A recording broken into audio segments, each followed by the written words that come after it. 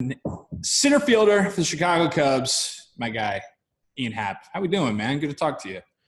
Fantastic. It's we've really lucked out with the weather in Chicago the last week. Cannot take this for granted. April 6th, is that the right date? Yeah. April 6th, 75 degrees, 70 degrees in Chicago today. Like, pretty lucky. Yeah, dude, because opening day was like what, probably like 35? I think the high was 35. The feels like was about 25 with the wind blowing 20 dead in. Tough day, but I'll take one of those days for 5 the way we've had it. It's been a very nice homestand to have 60 to 70 degrees, sunshine. Like, that's very rare in April because we could have very easily had snow and 35 the whole series, which would have been tough. Well, you know what that means, though, is that now you're having this. So then, like, beginning of May, when you're homestand there, that's going to be like 28 degrees. 100%. And I have fully prepared myself, and I've been telling guys, like, especially guys that are new, like Jock Peterson is, played in LA for the last 6-7 years from California. Like, I've been telling him, like, hey, just so you know, don't get used to this because it's not normal. We're going to come back from a road trip in the end of April or early May, and it's going to be snowing. And you're going to be so pissed off because you're going to think that, oh, it's 70 degrees here in April. It's like, no, it's not. That's not how this works. Yeah. And no, for sure. And that's going to be the week. I'm actually coming up to Chicago in 2 weeks for the Mets homestand. So like April 19th through the 23rd or something like that. I'm going to be in the Chicago office with Eddie and Carl and those guys. But I same shit. I just know that that's going to be the weekend where I'm packing my beanie, I'm packing my hoodie, my Cubs coat, because there's no way that's still going to be 75 degrees. So no, and at least now, like, you've just perfectly prepped yourself for the fact that, like, the weekend that I come up, like, it's going to be brutal. Yeah, nope, absolutely. How's I mean, you got to be psyched, man. I mean, the fans. I mean, even watching it on TV, it just feels so much better. So being out there, I can't imagine how much better it is to have actual people in the stands. Yeah, it's pretty crazy at Wrigley the way that 10,000 people can feel like way more. I think because of the way Wrigley's set up, because of how, like, the first deck, how deep it goes under the second deck, and the way that they've kind of sorted the fans, it feels like a lot more. And I've actually been on base and had, like, Colin Moran from the Pirates at first base and be like, how many people are here? Like, I'm like, well, it's only 10,000. It's 25%, but it feels like a lot more. I think there was some good tweets early, the first couple games, from, like, Dom Frederick and a couple guys, like, a little bit of work to do, guys, but I know it's been a year. We got to clean it up. We're there's balls in the other batter's box we're really getting upset about. Like, maybe a little bit of rust we got to knock off, but good energy, good enthusiasm to start out. Like, it was the fans are fired up. I think Trevor Williams getting a standing ovation coming off after his first start was really cool. Zach Davies coming off. The reaction to Arrieta, both opening day and when he came back, was really cool to see. And that first anthem, super, super emotional. I was just, me and Rez were standing next to each other on the line, and man, it was a really emotional, just having fans back, John Vincent in person singing the anthem. And then one of the craziest things, I went out to stretch right after that in the outfield, and they did a tribute to all of the workers from Wrigley that have been lost during the pandemic.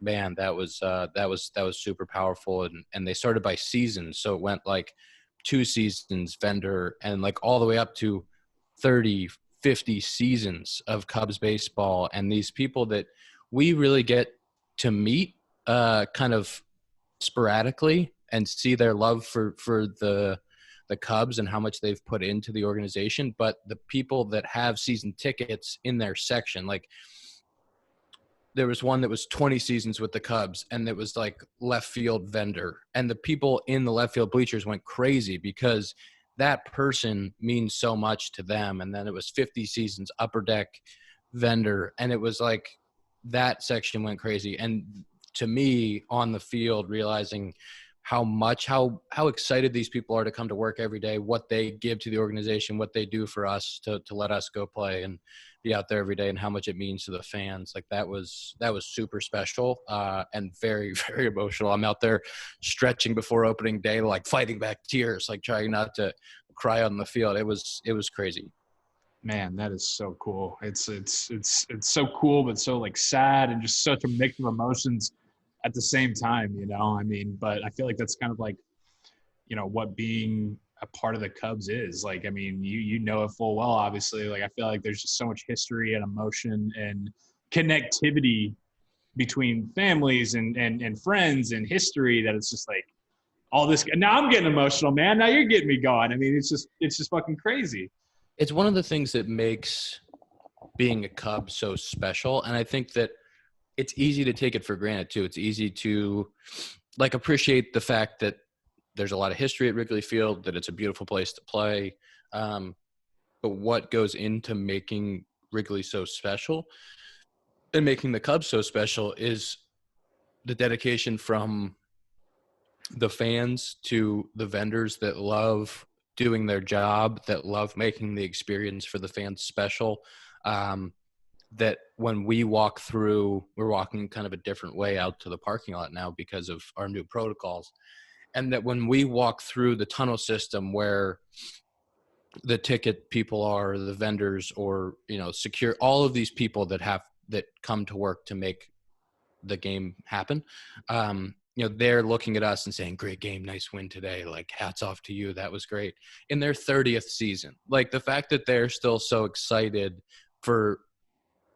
we got 4 games in, you know, this is the 4th game of the season, right? Or 3-1. Like the fact that those people are so excited that we just won a 5-3 baseball game on April 5th is the difference. That's what makes the Cubs and this city that's so special, is because from the guy that's leading off the game to the vendor that's serving peanuts in section 230, like everybody is bought in. Like every single person cares about the Cubs winning that day. And you feel that in the stadium. Like you feel this just visceral, like everybody wants so badly for the Cubs to win. And that's what like makes playing in Wrigley so awesome.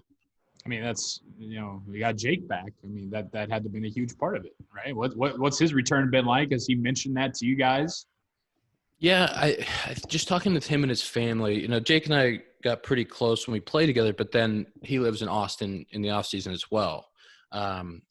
Same as me. So I've got to hang out with him in the off seasons, even when we weren't playing together, and play golf with him and spend some time with him. So I think it just, what he said over and over, and his family, as well as wife Brittany and the kids, is it feels like home. Like it feels like they're coming back home, and it's so easy for them because it's so familiar, because they get to, you know, experience neighborhoods that they've already experienced and go to restaurants that they love, and really just come back to a city where they had such great memories and spent so much time. And I think Jake, for his routine in the clubhouse, for the freedom that the Cubs give him to do whatever he wants from a physical standpoint, and have pitching coaches and people, because Tommy Hotovy was here as the pitching analytics, which was run prevention was the title before he was the pitching coach. So obviously he was here with Jake. Mike Porzello was here with Jake, and Wilson Contreras. So to have familiar faces that have already seen him at his best, and his presence in the clubhouse is fantastic. You know, he's always around talking to people. He's talking to Alizé and young pitchers. He's imparting wisdom, and he's ingrained himself wherever he goes, but obviously here as just a part of the clubhouse that's so instrumental. And I think it's easy to overlook from a stats perspective, and when you're looking at just purely numbers on a page, like how important it is for the cohesiveness of a team, for guys like that in the clubhouse to really be integrated into making everybody better day to day. That being said, though, man, I mean, it's been a little, I mean, it's a transition time, kind of. I mean, Schwartz gone, Lester gone. What's it been like? Because, I mean, that's all you've ever known, you know, since you've been with the Cubs is Lester and Schwartz, you know, and then 2 big guys like that are gone. I mean, has that been a different feel in the clubhouse without them? Definitely. I mean, it's hard when like some of your best friends in the game aren't on the team anymore. Like, I think that part of it, from like a friendship standpoint, is probably the most difficult. But happy for those guys in their new situations. I think Schwarber in DC is going to be great. I'm on record on our podcast saying that he will hit 40 home runs as a national this year. Seeing Johnny in that all red uni in spring training for the first time was weird. Like that was strange, but definitely miss those guys. Miss them a ton. I think of what John did for the city of Chicago and the franchise, and he was, I think, Rizzo said this over and over, like he was so integral in the changing of what it meant to be a Cub, and with bringing a winning culture to the city. So obviously we miss him a ton. And there's a lot of new faces, but I will applaud Jed and the front office on bringing in amazing people like Jock Peterson, Marisnik, Davies, our guys in the bullpen. Like we have really, really good people like Sogard and Duffy. Like all those guys are awesome. And so like what it's done for us as a cohesive unit, because all of these guys are really good dudes who want to win. And are just like a great clubhouse environment. I think that's something that we've always had here, is really great people. And it's really important to building a winning team over the course of 162, because you spend a lot of days with these people. Right. Yeah. How's Riz doing with the contract situation? Is he doing okay? Yeah, I mean, he's going to go up and be a pro and be Anthony Rizzo. And I would say at the end of the year, if you look at the back of the baseball card, it's probably going to be pretty similar to that 280 with a 380 on base and a 520 slug.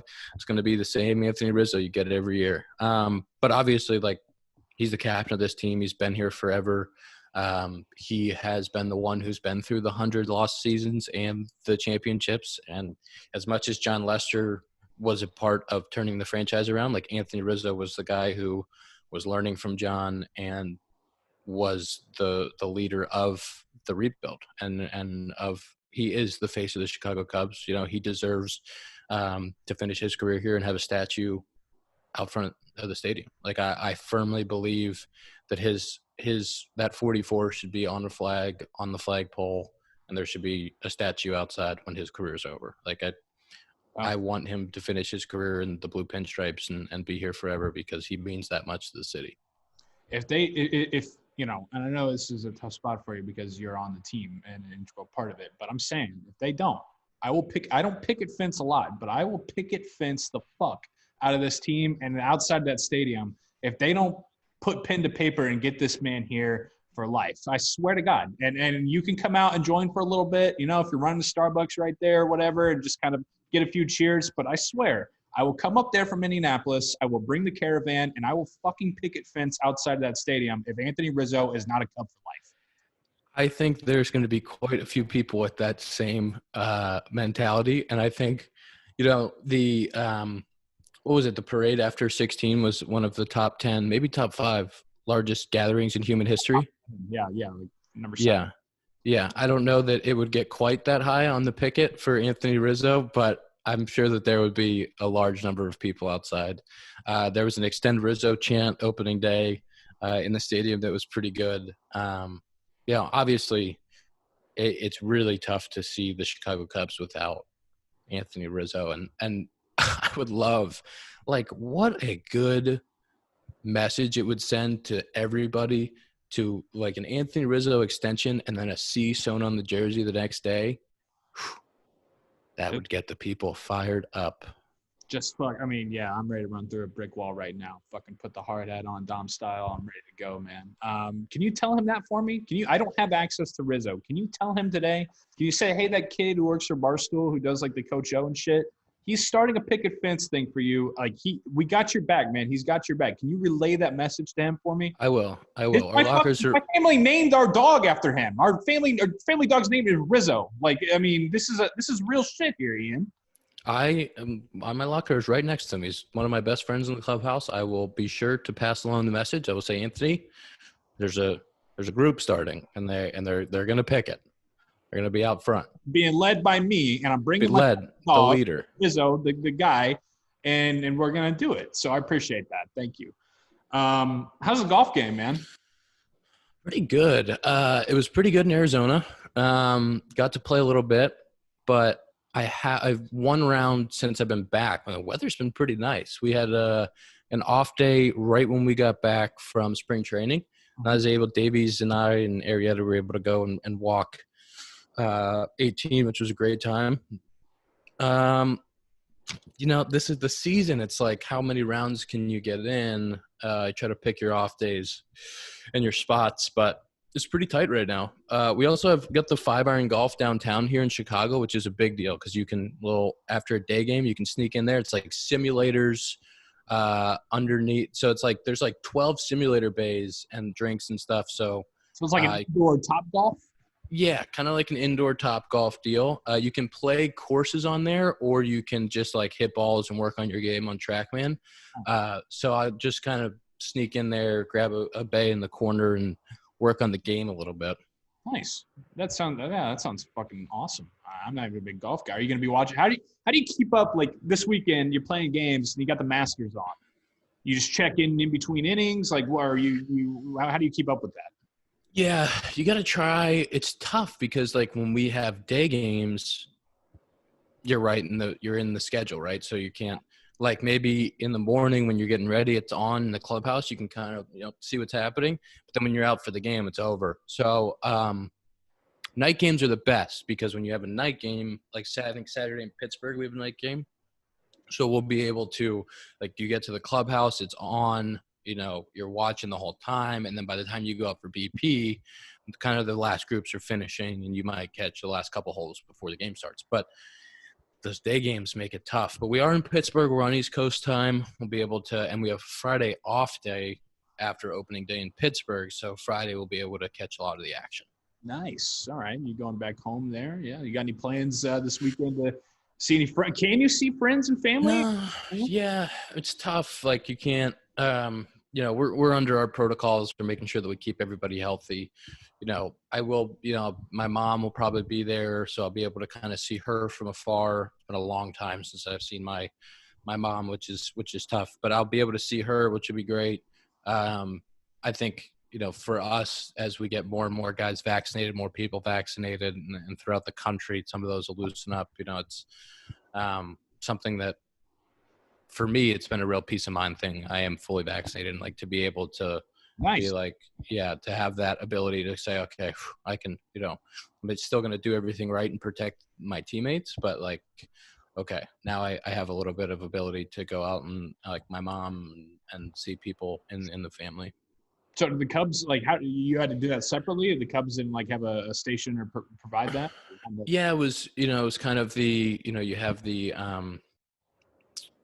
whatever state you're in, and states distribute vaccines. So I was actually able to go and volunteer in Arizona and help with getting people the vaccine and volunteer for like we had like a 12-hour, 13-hour shift at one of the local colleges and be able to help get people through and do some checking in. And that was awesome. It was a great experience just to see the machine at work because it is a process, and you have these people from all over the country helping and like spending every single day in a parking lot getting people through, and it's an incredible system. So to be able to do that, volunteer, help out, and then get the vaccine at the same time was a cool thing for me to do during spring training, and just to kind of see that process at work.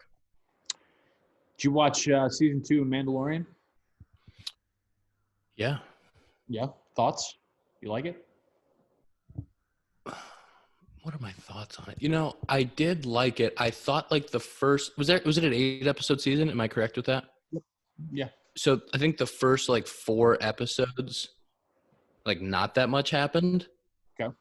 And then it got like really good, really quick. And that last episode, the final 10, 15 minutes, that last episode, and you got like Luke and Baby Yoda, and the whole thing that's happening is incredible. I'm kind of disappointed because they're not going directly to a season 3 of The Mandalorian, right? They're going to Book of Boba. Book of Boba. Yeah, that comes out in December about Boba Fett. That's only a 4-part series, and then next 2022 is when Mandalorian season 3 is supposed to come. I don't know what's going to happen with it, but so you like the cameo? You like the end cameo there by Luke?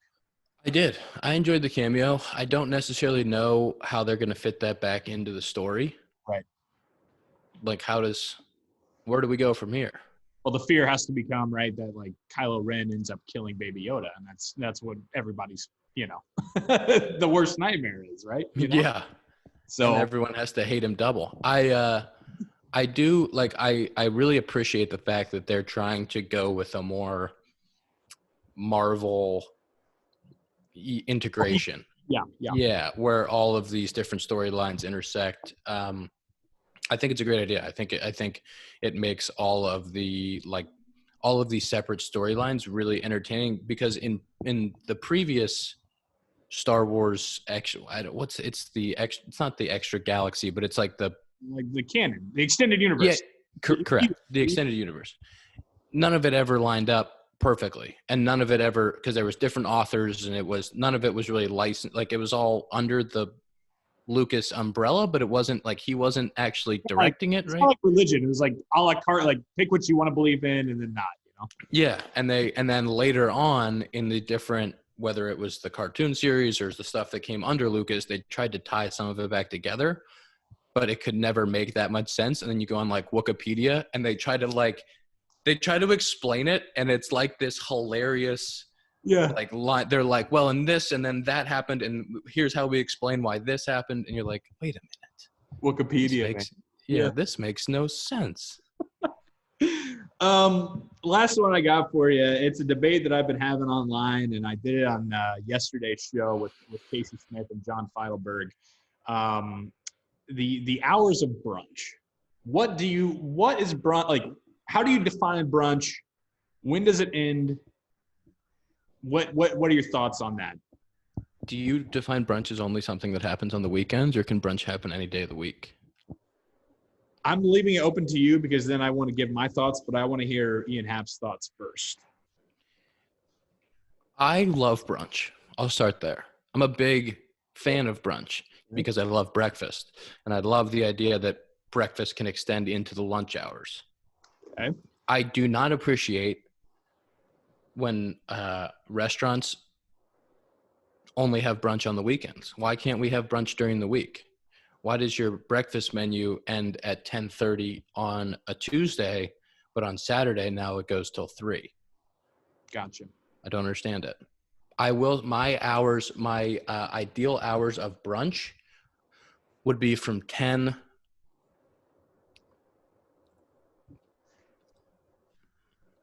to 2 o'clock, 10 to 2.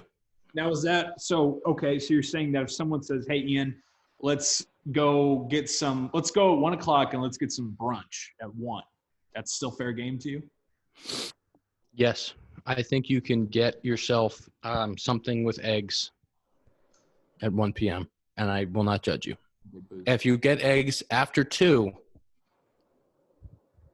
now we're looking at something that's more like breakfast for dinner. You're sneaking into that category. So if you do choose to have breakfast for dinner, you call it that. You call it breakfast for dinner. It's not just dinner and, oh, by the way, it happens to be breakfast. It's like, hey, 6 o'clock. Oh yeah, it's breakfast for dinner. Yeah, if you're having pancakes and eggs at 6 o'clock, it's breakfast for dinner. You're not eating dinner anymore. You're eating breakfast for dinner. Oh man, okay, that's fair. So real quick, you got a million things going on, dude. You're doing you got, what is the home run club you got going on? Yeah, we're doing about that and how they can join. I mean, more coffee. This is why you're such a great fit for this show. Huge coffee guy. Tell us about it. Yeah. So Connect Roasters, which we talked about last time I was on, out of Bourbonnais, Illinois, just south of Chicago. We've really enjoyed like getting to connect with all of our fans, and how much people have enjoyed the coffee. They've enjoyed the quarantine coffee, and they've started to branch out into other of the Connect SKUs. And we have a Dominican roast. We have a Nicaraguan light roast. It's amazing. So we want people to experience more of what Connect does as opposed to just the quarantine coffee. So we decided let's make it a subscription where you can choose which type of coffee you want. You can choose if you want 1 bag or 2 bags or a 5-pound bag every month, and we'll ship it out the first of the month, and you'll have your coffee. And then they said, well, let's tie it into, our fans they've been so loyal. They've been going on and getting these merchandise drops of like game used stuff. And so let's tie it into something baseball related and really make it a fun experience for everybody. So every time I hit a home run, we're going to do 5 dinger dollars, we're calling them, for anything on the Connect website. So you'll be able to get more coffee. You'll be able to get shirts, merchandise, whatever people want to do with it. And that's part of the coffee subscription. And then we're going to do free shipping on everything, exclusive drops just for the Home Run Club members. And we're really excited to build a community of people that are not only drinking great coffee, but every month giving back to these organizations, the food bank in Chicago, Save the Children, both here and nationwide. And really our goal is to get to 1,000 subscribers contributing every month to our great causes, which is just the most fulfilling part of this thing. Love it, dude. I love it. Thanks so much for taking the time and chatting, man. You're always welcome. We really enjoy it here, and we'll be watching and hoping for warm weather here in the rest of April and early May for you up there in Chicago, bro. I appreciate it. Hopefully we don't need to have that picket line outside of Wrigley anytime soon. Exactly. All right, brother. I'll talk to you. See ya. See ya.